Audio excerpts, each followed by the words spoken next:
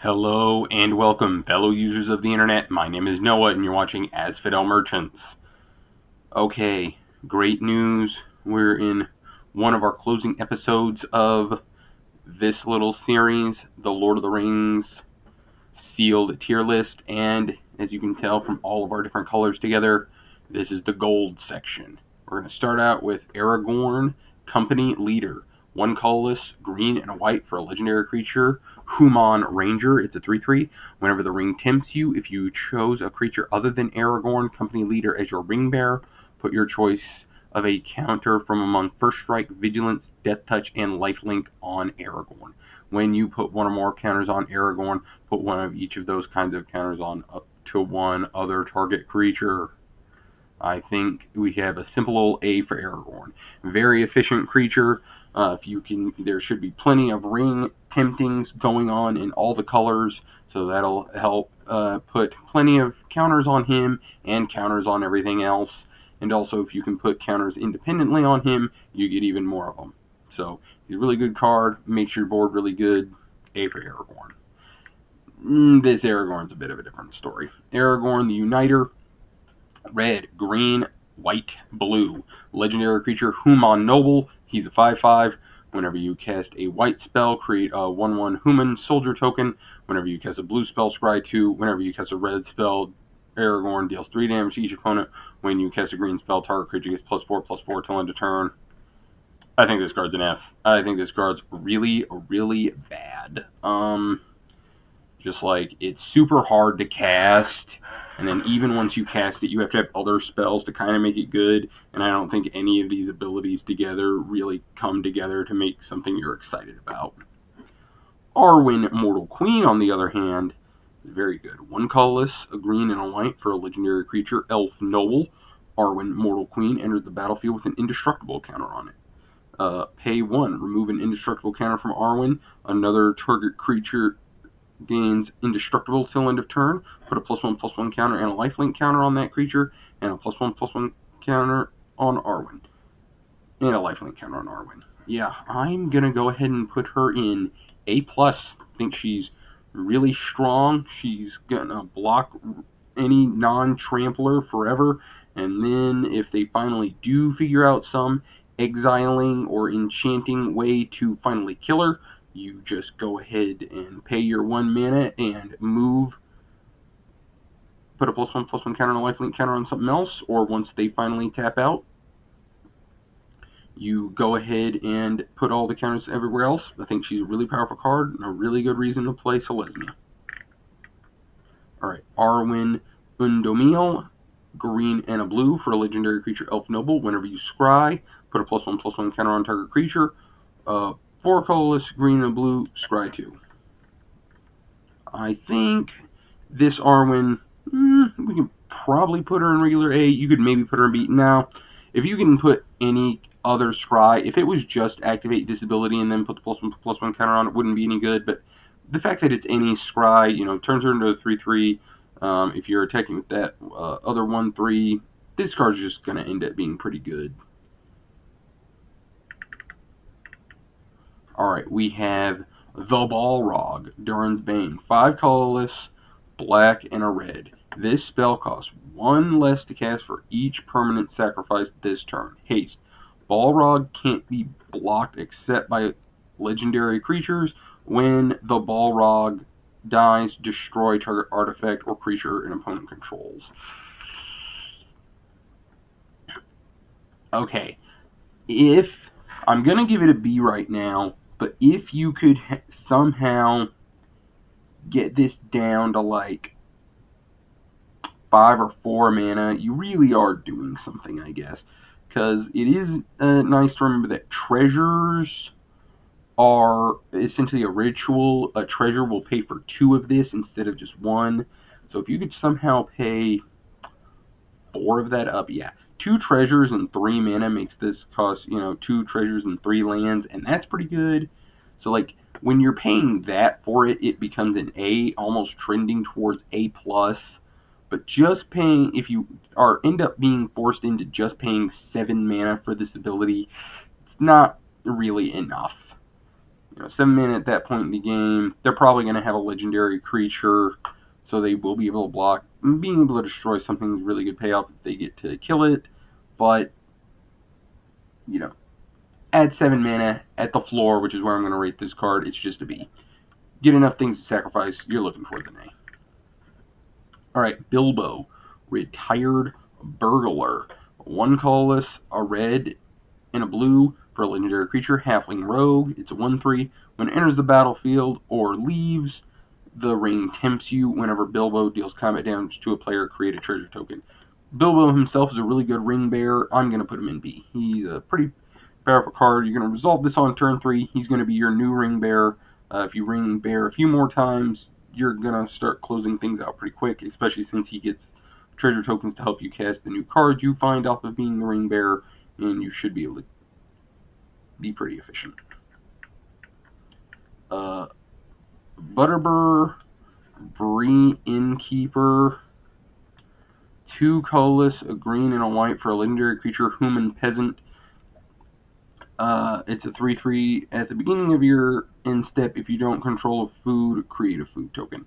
I'm not as high on this card as some other people have been talking about.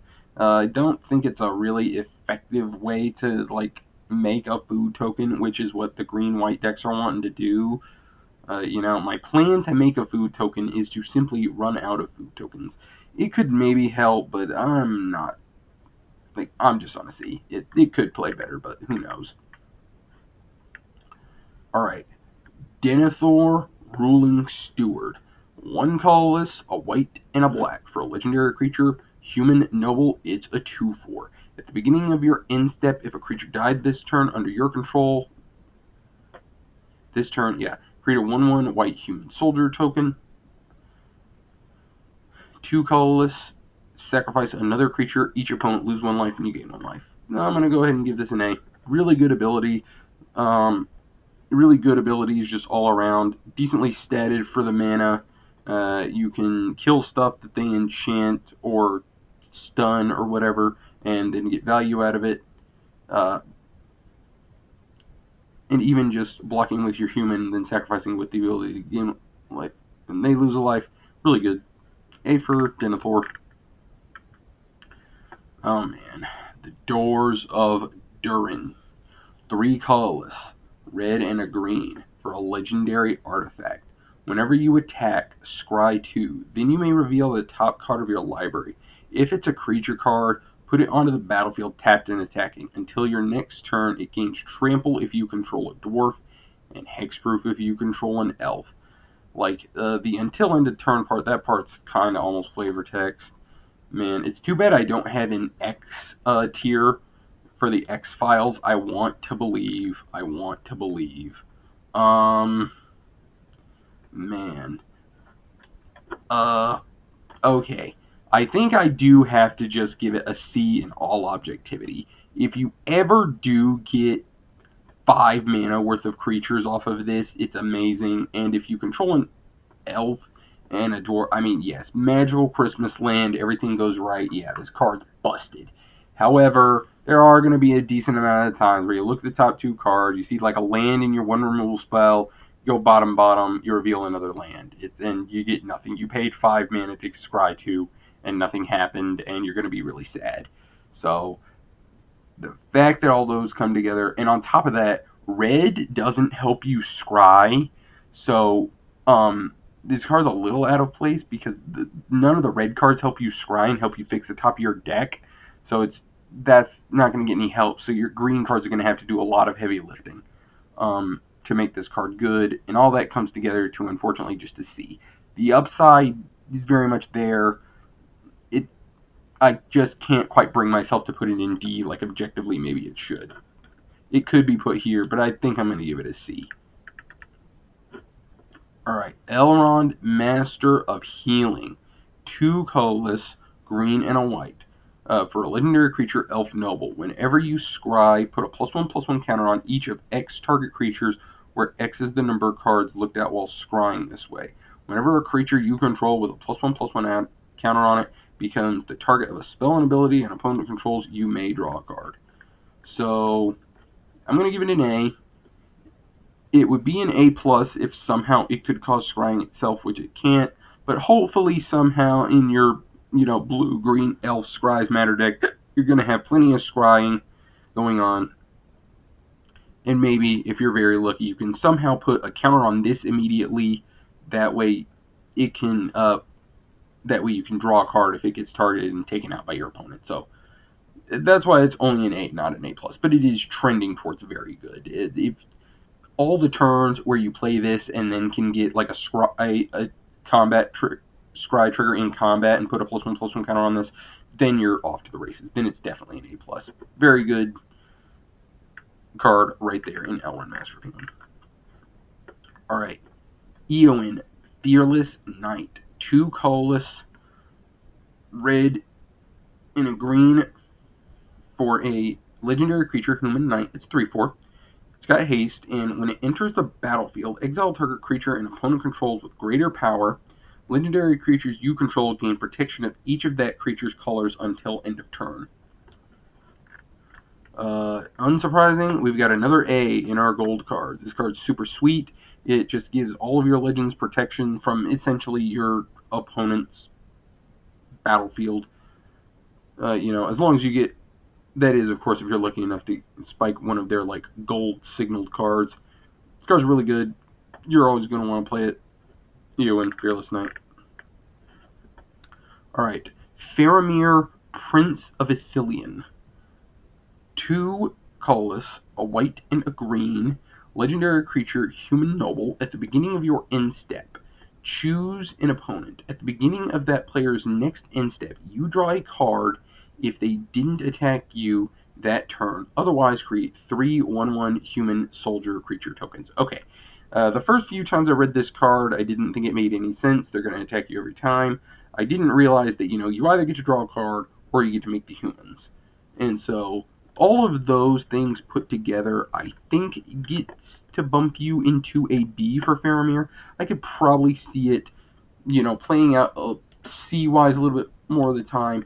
But I think that if they're not in a good position to attack you, and then you get to draw more cards to push your advantage, or if they do attack you, you have to take a little bit, but now you have 3 new chump blockers to help keep you alive as they attack. So next up, we have 1 colorless, a blue, and a red for the Flame of Anor. Instant, choose 1. If you control a wizard as you cast this spell, you may choose 2 instead. Target player draws 2 cards, destroy target artifact. Flame of Anor deals 5 damage to target creature. I think this is a decent and pretty easy A myself. If you ever have a wizard with this, you're just going to absolutely break your opponent's back. But even by themselves, just instant speed, draw 2 cards, or deal 5 damage, kills enough of the creatures. This is going to be a really powerful card.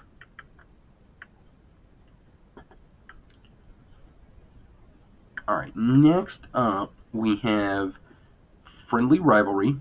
A red and a green for an instant. Target creature you control and up to 1 other target legendary creature you control each deal damage equal to their power to target creature you don't control. I think I'm just going to put this in C, and the biggest issue is because I'm not feeling the red and green decks come together. I mean, there are some individually powerful red and green cards, but it just feels like they're at odds with each other about what the deck is supposed to be doing. And just thought okay, we're just going to have some legends in our deck, and we're going to have some dwarves and some elves together. Living elves and dwarves working together, mass hysteria. But I don't really think that's enough. And the overall weakness of this card, compiled with the fact that if you don't have any creature on the board, the card does nothing. It's just a C. Alright, next up we have Frodo Baggins. A green and a white for a legendary creature, Halfling Scout. It's a 1/3. When Frodo or another legendary creature enters the battlefield under your control, the ring tempts you. As long as Frodo is your ring bearer, it must be blocked if able. I am going to give Frodo a C. It's definitely better than our red and green cards. Frodo is a C because I think if your opponent is thinking enough, they can kind of just get around it. Because, one, if they don't want to block Frodo, they'll just attack. And so, because, like, blocking a 1/3 that's able is, like, not that much of a threat, and then even, like, Frodo being your ring bearer and attacking and connecting isn't a threat until your ring gets to level 4, and then, okay, worst case scenario, what that really says is, okay, we finally leveled up all of Frodo, we have ourselves a 4/3 that must be blocked if able with Skulk. Like, that it? Yeah, it's a good, efficient little card, but I think it's only a C. Alright, we have Galadriel of Lothlorien. Lots of silly words in this set. A colorless, a green, and a blue for a legendary creature, Elf Noble. She's a 3/3. Whenever the ring tempts you, if you chose a creature other than Galadriel as your ring bearer, scry 3. Whenever you scry, you may reveal the top card of your library. If it's a land card revealed this way, put it onto the battlefield tapped. I think I'm just going to give it a B. This is a very efficiently statted card. Getting to scry 3 off of a ring tempt is very good, and getting to put more lands on the battlefield is also good. If she is helping out your deck very well, which she should be, of course, assuming you have enough of the elf scry good payoffs, she should definitely start performing a little bit better. But I'm going to put her in B now, and I'm not going to feel bad about it. Alright, Gandalf the Grey. 3 colorless, a blue, and a red for a legendary creature, Avatar Wizard. Whenever you cast an instant or a sorcery spell, choose one that hasn't been chosen. You may tap or untap another target permanent. Gandalf the Grey deals 3 damage to each opponent. Cast target instant or sorcery spell. Wait a minute. Copy target instant or sorcery spell you control. You may choose new targets for that copy. Put Gandalf on top of its owner's library. I am unfortunately going to have to give this Gandalf a D. It's just kind of hard to cast. The abilities are kind of all over the place.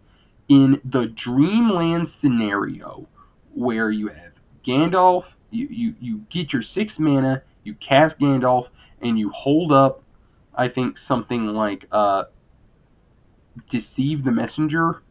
Is that blue card? I'm going to just look over here right fast. Where did I put that card?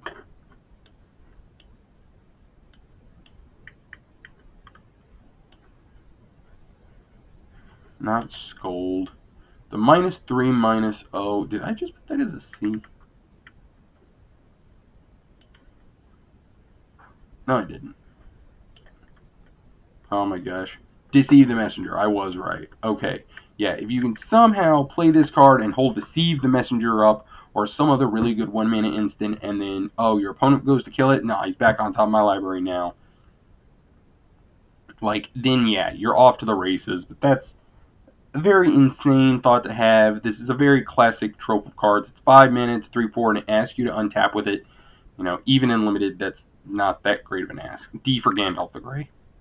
Alright, however, Gandalf Sanction, colorless, blue and red for a sorcery.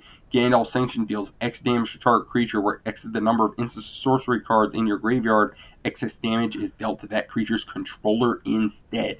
This is an A. A lot of the time, it's going to be just enough to kill your opponent's problematic creatures and deal them a little bit of damage. Or other times, against certain decks, you're gonna, be just kind of playing around. You're both at 10. The board's relatively stable. They cast Gandalf Sanction out on your 1/1, and they say, okay, yeah, you lose. And you're like, why? Because I got 11 instant sorceries in my graveyard somehow. And you're like, oh yeah, you sure do, and I'm dead. And when that happens, that's going to happen enough of the time with Gandalf Sanction just being a good card every other time. It's going to chalk it up to an A. It's an A. Alright, next we have Gimli Mournful Avenger. 1 colorless, 1 red, 1 green. Legendary creature, Dwarf Warrior. Gimli Mournful Avenger has indestructible as long as 2 or more creatures die under your control this turn. Whenever another creature you control dies, put a +1/+1 counter on Gimli. When this ability resolves for the third time this turn, Gimli fights up to one target creature you don't control. D. Like, a whole lot of words on this card. I don't really feel like your red or green cards are going to be trying to sacrifice your cards during combat. Unfortunately, I think Gimli is a card with a lot more lore behind his design than any amount of gameplay considerations. It's just not going to work out. It's a D. Sorry. Get over it. Alright. Warrior the Windlord, legendary creature, bird noble. This spell costs 2 less to cast as long as you've drawn 2 or more cards this turn. Flying and vigilance. Other birds you control have vigilance. I was getting ready to put this in D, but now I'm going to put it in C. The reason I'm going to put it in C is because if you remember on The Ring Tempts You, level 2 of the ring is whenever the creature draws a card. Whenever the creature attacks, you draw a card and then you discard a card. With that being in mind, it's going to be a lot more easy to get your second card drawn every turn, because otherwise you're going to even having to pay just 1 mana, then put you on still needing 4 more mana after that, so 5 total mana, making this a turn 5 play only at best for this Windlord. But now that we've remembered about how Ring Tempting works, you can get to play this on turn 4. And a 4 mana Sarah Angel, very good card. A C for here, the Windlord. Oh, baby. King of the Oathbreakers. 2 colorless. A white and a black for a legendary creature, Spirit Noble. It's a 3/3. Flying. Whenever King of the Oathbreakers or another spirit you control becomes the target of a spell, it phases out. Yeah. When King of the Oathbreakers or another spirit you control phases in, create a tapped 1/1 spirit white creature token with flying. This card is busted. I love it. A+ for King of the Oathbreakers. It's a 4 mana 3/3 flying. It's almost certainly unkillable, and it helps bring along a good army of 1/1 spirits. This card's great. I can't wait to get to play with it. Alright, Legolas Counter of Kills. 2 colorless, a green and a blue. Reach. Whenever you scry, if Legolas Counter of Kills is tapped, you may untap it. Do this only once each turn. Whenever a creature an opponent control dies, put a +1/+1 counter on Legolas. Wow, okay, I thought this card was better the last few times I read it, but this card sucks. Like, you can sometimes scry and surprise, untap this and block something, and then if something dies, it gets a little bit better. Not really sure why you're needing something to die to make your Simic card better, but whatever. Alright, next up we have LotR Corrupt Sheriff. A white and a black for a legendary creature, Halfling Rogue. Whenever a player casts their second spell each turn, you lose 1 life and create a treasure token. I'm not very high on this card, ironically. Like, it's not a bad card by any means. It could maybe play out more as a C, but I just feel like it's not playing well with any of your other white or black cards. It's a very low synergy card, is my point. And I feel like there's going to be a lot of games where you're going to resolve this and your opponent is just like efficient, aggressively statted 3-drop. You're going to play something else, efficient, aggressively statted 4-drop. And every turn they're just going to be like, single spell that does my mana, blah, blah, blah. And then they don't double spell until you're at like 2, and then double spelling kills you. So you could probably play this a bit above a D level, but I'm just not very high on it. This is certainly not a reason to be in Orzhov, is what I mean. If you have this card in your seal pool and you're feeling bad about it not being in your deck, you certainly shouldn't, and I think that's the mark of a D. Alright, Malhur Uruk High Captain, a black and a red for a legendary creature Orc Soldier with Menace. If one or more +1/+1 counters would be put on an army, goblin, or orc you control, that many +1/+1/+1 counters are put on it instead. I think this just plays as a C. It's a good C. I do like this card. If you have like 10 instances of amass orcs, this card's going to end up playing way better. And like a gold 2-mana 2/2 Menace is by no means a creature you would ever cut from black-red if you're already in it. I'm going to leave it in C for right now, but I could be convinced that it's a B. Alright, Mary, Esquire of Rohan, a red and a white for a legendary creature, Halfling Knight. It's a 2/2. She has haste. Mary, Esquire of Rohan, has first strike as long as it's equipped. That's almost flavor text, unfortunately. There's only a handful of equipment in this whole set, and none of them are very good. Whenever you attack with Mary and another legendary creature, draw a card. That shouldn't be that hard, and for that reason, I'm going to give her a B. With the ring tempting you and everything, that should help you make another legend pretty easily, and there are all kinds of legends in this set, so that should definitely help you be able to draw your cards semi-consistently off of your 2/2 haster that you already wanted in your aggressive red-white deck. Alright, the Mouth of Sauron. 3 colorless, a blue, and a black. When Mouth of Sauron enters the battlefield, target player mills 3 cards, then amass Orcs X, where X is the number of instant sorcery cards in that player's graveyard. This is a C. It is a very good C. I would probably call it a C+. Some games, if you mill yourself, because that's part of Blue-Black's gag, is you're kind of a control deck. If you get to mill yourself and then amass like 7, and you paid 5 mana and put 10 power into the battlefield, it's going to be amazing. But that's not always going to be the case. And this card, although it puts a lot of power on the battlefield, it puts power on the battlefield on the ground. It doesn't really get you out of flyers. They don't really have evasion. They can just chump block either way. And it's not the greatest defender for certain reasons. It's going to play like a C, I think, most of the time. It could maybe play a little bit better sometimes. We're going to put it in C right now. Alright. Old Man Willow. 2 colorless, a black, and a green. Legendary creature, Tree Folk. Old Man Willow's power and toughness are equal to the number of lands you control. Whenever Old Man Willow attacks, you may sacrifice another creature or a token. When you do, target creature an opponent controls gets -2/-2 until end of turn. I think this card is an A. It's really good. It's normally going to attack as like a 5/5, and then it just gets to start picking off your opponent's 2 toughness creatures at the low price of like just your food tokens, your foddery creatures that you should probably have in black. It sacrifices treasure to do this, or just 1/1 white humans. This card is going to be an overperformer. I can already tell. An A for Old Man Willow. Okay, next up we have a bit of a weird one.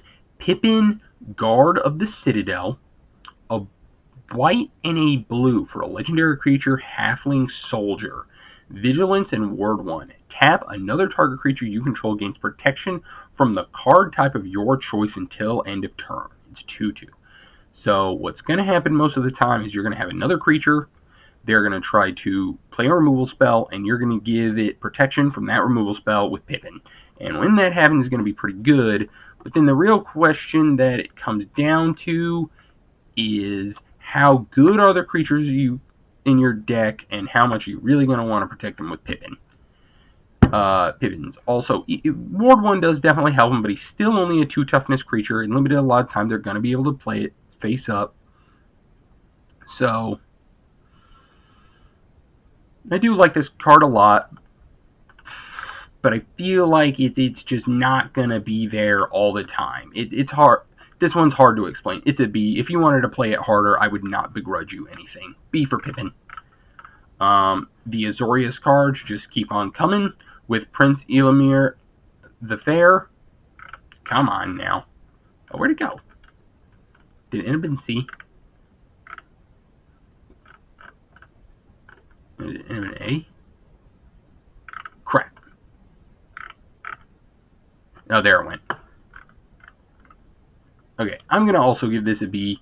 It's a very good card. White and a blue for a legendary creature, Human Noble. It's a 2/2. Whenever you draw your second card each turn, create a 1/1 white human soldier token. You know, it's...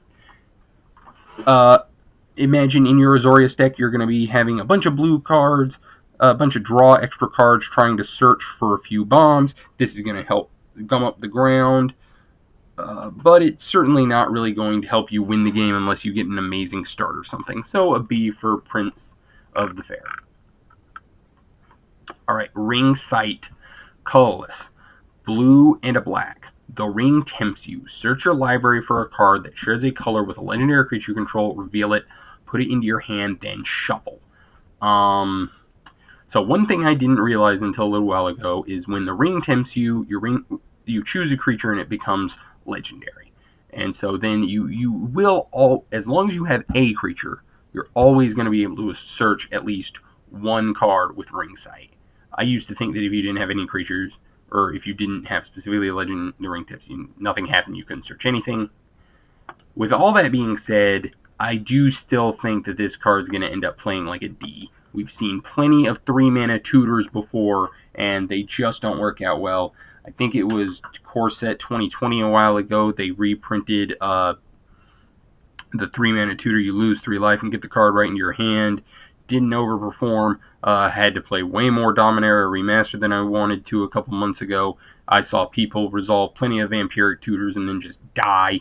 They're just not that great. Not going to play good. Don't try too hard to play that card.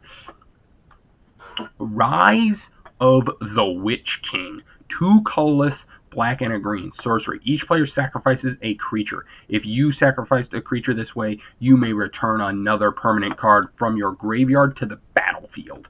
This is going to get an A, and let me explain why right fast. If you've watched the rest of this series, which I suggest you should, there are 5 basic land cyclers. And so that makes it really easy for you to pre-turn 4 put a 6 or 7 mana creature into your graveyard and then get to reanimate it with this gold spell. And that alone asks you to do, just have a cycler and then have any creature. It doesn't even have to be a full-on creature you paid mana for. It could just be a token. It's just like when it all comes together and you get to reanimate something with this card's going to be redonkulous. I'm definitely going to jam it if I find very many copies of it. I say go for it. Also, it's only 1 green and 1 black clip, so it's kind of splashable. So you could be any color that has black or any color that has green and then play one of those off-color cyclers and then get to reanimate it. I'm super excited about this card. A for Rise of the Witch King. Don't at me. Alright, next up we have Samwise Gamgee. A green and a white for a legendary creature, Halfling Peasant. Whenever another non-token creature enters a battlefield under your control, create a food token. Sacrifice 3 food tokens. Return target historic card from your graveyard to your hand. Do I want to put this? I guess I'm going to put it in B. I could almost talk myself into putting it into C for a couple reasons. First of all, I do really like this card. It's very powerful. Getting to regrow any of your historic permanents from your graveyard for the foods is fine. The issue I'm having with this card is I feel like your green and white decks are going to be using up your foods a little bit more than what this card is going to allow. Than the deck is going to allow for this card to really be working good. I feel like because you're going to be sacrificing your food randomly to your dogs or to your 2 mana 1/3 attack second food tapper. You're going to be sacking your foods to get your trigger off your other cards that care about your foods going away to put your +1/+1 counters on your cards. So I think you're going to be taxed a little bit more food wise to having 3 foods to randomly do, but I could be wrong. And I could also see plenty of decks that are super going hard on food and it always working. You have a million of them, and Samwise Gamgee is just 2 mana, 2/2 regrow the best historic card in your graveyard. That could happen. So B right now is for Samwise Gamgee. Alright. got some pretty powerful ones coming up right now. Saruman of the Many Colors. 3 colorless, white, a blue, and a black legendary creature, Avatar Wizard. It's a 5/4. Ward, discard an enchantment, instant, or sorcery card. That should almost essentially mean hexproof, because that means that not only is your opponent going to need the removal spell, they're going to need the removal spell and another removal spell. So it should be pretty hard for this card to ever die. However, whenever you cast your second spell each turn, each opponent mills 2 cards. When 1 or more cards are milled this way, exile target enchantment, instant, or sorcery card with equal or lesser mana value than that spell from an opponent's graveyard. Copy the exiled card. You may cast the copy without paying its mana cost. I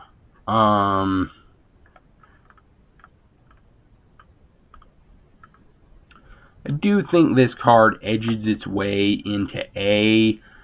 If I had this separated out, I would definitely only call this an A-. It is powerful. It is hard to kill. A lot of the times, a 6-mana spell like this, and now you're asking to untap with it, you're just asking too much. But this ward is very effective. It should be really hard for your opponent to kill this. And then, hopefully, most of the time, your deck is going to be constructed in these Esper colors to be able to cast a second spell, and then you do get a lot of value off of it. You essentially get one of the better cards in your opponent's graveyard, and so hopefully that'll be enough. I could definitely see this card not playing very well at all, but I've just got a feeling that it's going to. My intuition is just telling me this card's good enough. Hopefully it's right, and I'm sorry if it leads you astray, but I don't think it will. A for Saruman of the Many Colors. Alright, next up we have the main big bad from this set. We have Sauron, the Dark Lord, 3 colorless, a blue, a black, and a red. For a legendary creature, Avatar Horror, it's a 7/6. Ward, sacrifice a legendary artifact or a creature. That actually shouldn't be that hard for your opponent to do. They should have either a Ring Bearer or some random legend. Whenever an opponent casts a spell, amass Orcs 1. Good job casting your removal spell, you idiot. Whenever an army you control deals combat damage to a player, the ring tempts you.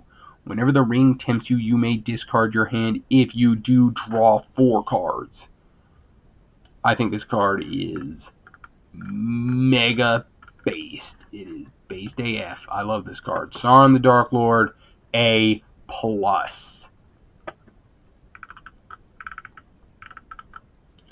Alright, Sauron's Ransom, 1 colorless, a blue, and a black. Choose an opponent. They look at the top 4 cards of your library and separate them into a face-down pile and a face-up pile. Put 1 pile into your hand and the other into your graveyard. The ring tempts you. We've got a 3-mana Factor Fiction, folks, and it's an A. Also, blue and black does want your graveyard to be filled up with instants and sorceries, and it just wants cards in your graveyard overall, so this becomes a really good card.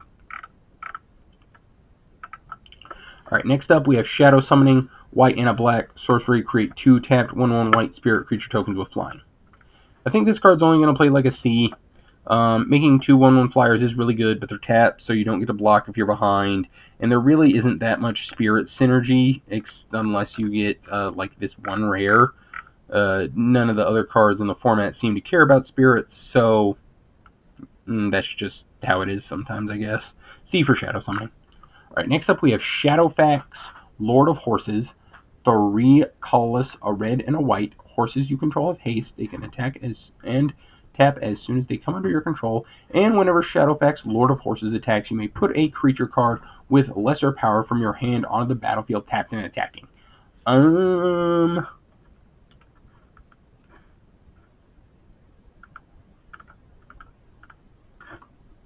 Alright, still got room in B, and I do think that it's going to stay a B. The reasons is it is still 5 mana, which isn't bad. We are certainly not unhappy with having our 5 mana 4/4 haster with a really good attack trigger. That is true. But I feel like, unfortunately, at 5 mana, a lot of the times your aggressively statted red-white decks are going to already be relatively low on cards on 5, and so sometimes you're just going to miss because you don't even have another creature spell in your hand, or creatures that you're going to be putting into play, you're not really going to feel like you're getting away with anything. You're going to get a spare 3-2 or 2-2 with this card, and that's not going to be great because they're either just going to block it or it's not going to be enough to like finish off the game. So that's why I've got a B, but it is still a good card that's going to make all of your red-white decks. B for Shadowfax. All right, next up we have Shagrat Loot Bearer. 2 colorless, a black and a red for a legendary creature orc soldier. When Shadowgrat Loot Bearer attacks, attach up to 1 target equipment to it, then amass orcs where X is the number of equipments attached to Shagrat. Okay, I'm going to have to put this card in D, and there's a lot of reasons for it. The equipment matters cards are never good. At this point, it's never going to happen. Wizards, stop making cards care about equipment. Stop trying to make fetch happen. But it is still so essentially it is just a gold 4-mana 4/4, which isn't very good. Being an orc is relevant, but that's it. Somehow, if you can get one of the mythic or rare equipments, because like that's the other funny thing, is there's 1 common red equipment that is not very good, and there's like 1 common white equipment which is also not good. There of the colorless equipment, there is 1 that is not a rare, and it's just an uncommon. So like somehow if you get lucky enough to have some of those cards in your deck, yeah, this card will be a little bit better, but not a whole lot. So D for Shagrat Loot Bearer. Alright, next up we have Sharky, Tyrant of the Shire. 2 colorless, blue and a black for a legendary creature, Avatar Rogue. Activated abilities of lands your opponents control can't be activated unless they're mana abilities. Sharky, Tyrant of the Shire has all activated abilities of lands your opponents control except mana abilities, and mana of any type can be spent to activate Sharky's ability. This card is an F. Like, maybe, just maybe, if your opponent is playing one of the rare, mind you, rare lands that have an ability, if you control a legendary creature, like this card might ever do something. Otherwise, it's a gold 4-mana 2/4. It sucks. Don't put this card in your deck. It's terrible. Alright, next up we have Shelob, Child of the Ungoliant. 4 colorless, black, green, legendary creature, spider demon. 8/8. This thing is stacked. It has Death Touch and Ward 2. Other spiders you control have Death Touch and Ward 2. That's funny because I think every spider in this set already has Death Touch because there's 2 of them. Whenever another creature dealt damage this turn by a spider you control dies, create a token that's a copy of that creature except it's a food artifact with 2 sacrifice. This card gains 3 life and it loses all other card types. This is an A+, folks. This card is ridiculous. If you resolve it and your opponent can't kill it, like, good luck losing the game. Like, I just think this card's amazing. Like, the little 15-year-old me who learned to play Magic and just loved Golgari cards is just so happy. Alright, speaking of Golgari cards that I still really like, Smeagol, Helpful Guide, colorless, green and a black for a legendary creature, Halfling Horror. It's a 4/2. At the beginning of your end step, if a creature died under your control this turn, the ring tempts you. Whenever the ring tempts you, target opponent reveals cards from the top of their library. Until they reveal a land card, put that card onto the battlefield tapped under your control and the rest into your graveyard. Oh man, I just can't stop myself. This is an A+. I just think this card is gonna do so well. You're just gonna be, okay, I play my 3rd land. I'm gonna get into combat with my 2/2. I'm gonna block mine. Yeah, okay. Play my Smeagol. Yep. Mill forward and ramp me, please. You mill a bunch of cards and ramp me, and the ring tempts me, and I get a new ring bearer. And this card, I just think it's gonna be such an overperformer. It does so many things. A+ for Smeagol. fight me.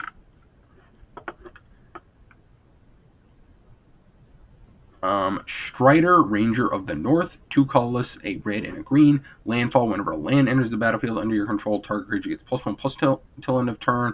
Then if that creature has power 4 or greater, it gains first strike until end of turn. It's a C. I mean, it's a very efficient 4-mana 4/4, and it can get pretty big since you just target itself with its own landfall ability, but just a big dumb creature and block it with a 1/1. This isn't going to do that much. Again, just like none. Yeah, I just don't think any of the red-green cards like know where they're going. Like, whatever. All right. Theoden, King of Rohan. Whenever Theoden, King of Rohan, or another human enters the battlefield under your control, target creature gains double strike until end of turn. This is also a C. The higher C. No, oh, I'm almost put in D on accident, sorry. This is actually at the top of the C's. I could maybe see some arguments for this being a B if you're like consistently giving something double strike every turn, or you play this, give something double strike, play a really good trampler the next turn, and then after that you somehow double spell and play like the 2-mana card that makes 2 humans give 2 things double strike, give something else trample, and then, you know, attack with multiple double strike tramplers, but maybe that's the magical Christmas land stuff going on. But I do like Theoden, King of Rohan as a C, maybe higher. All right, next up we have Ugluk of the White Hand. Whenever another creature you control dies, put a +1/+1 counter on Ugluk of the White Hand. If that creature was a goblin, or put 2 +1/+1 counter on Ugluk instead. Yeah, he's a dumb attacker. He's going to get really big, and if they run out of chump blockers, it'll be a problem. But if they can keep blocking it and then find a way to kill it or find a way to win, you're not going to be that impressed. It's a C, though. It's better than all these cards. All right, and last but not least, Tom Bombadil.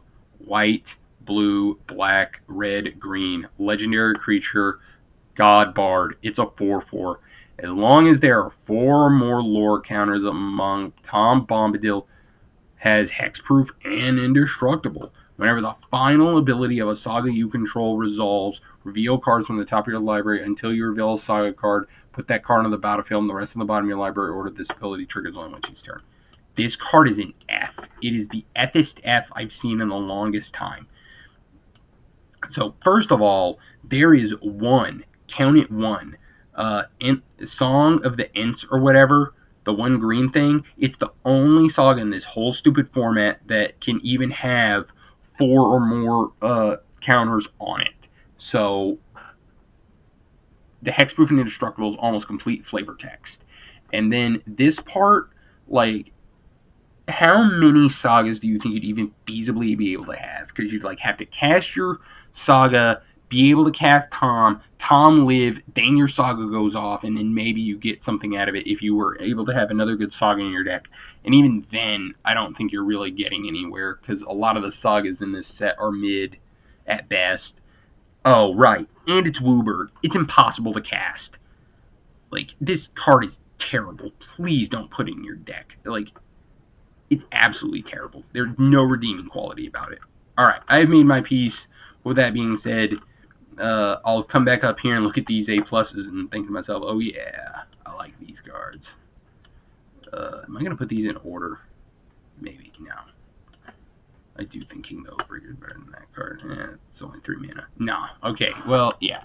I'm excited enough about these gold cards. They're pretty cool. Yeah, so save or download. Download the image. Alright. Download it. There we go. Alright. We've only got about 1.5 more episodes of this series left. We're just almost there. Sorry this video ran a lot, but I didn't realize there was almost 1.5 times more colorless cards than there are all the colored cards. Thank you everyone who's been watching so far. Hopefully you enjoy the last few episodes. Like the video if you don't mind. Subscribe to the channel if you haven't. And share this content with somebody who you think might need it. I really do still appreciate all of your support. Oh, so very much. Thank you and goodbye.